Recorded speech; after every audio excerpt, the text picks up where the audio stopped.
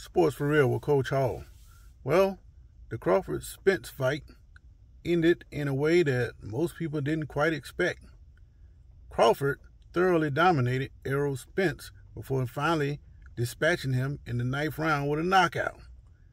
I correctly picked Crawford to win the fight, and I was hoping that it would go the full 12 rounds, but I am not surprised at the outcome.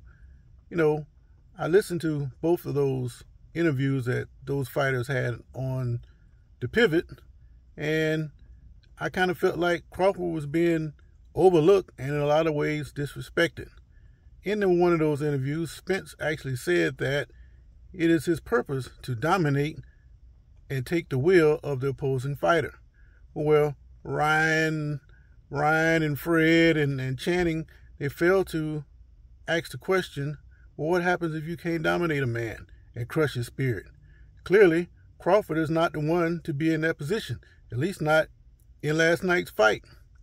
So the point I'm trying to make is, I said before that these pro fighters, they always tend to know how to adjust to fight the absolute right fight to win competition. And Crawford had all the answers. Spence, he tried to fight his fight. He came forward with his pressure, but Crawford, he did a whole lot of counterpunching.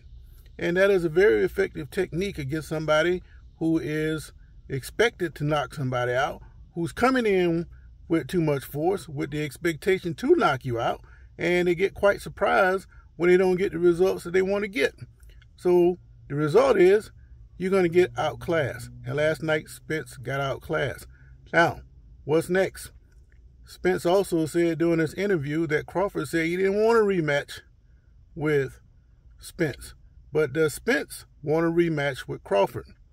I think as a champion that Spence was, and really he's still a champion, he's got that champion heart, he has to come back and accept the rematch.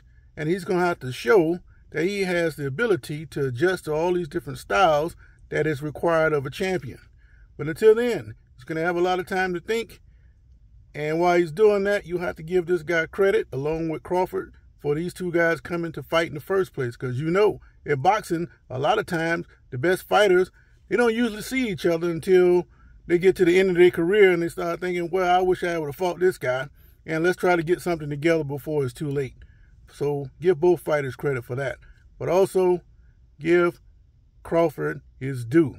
He got disrespected the whole time, and now he just showed you why he was 39-0 before he stepped into the ring. Sports for Real.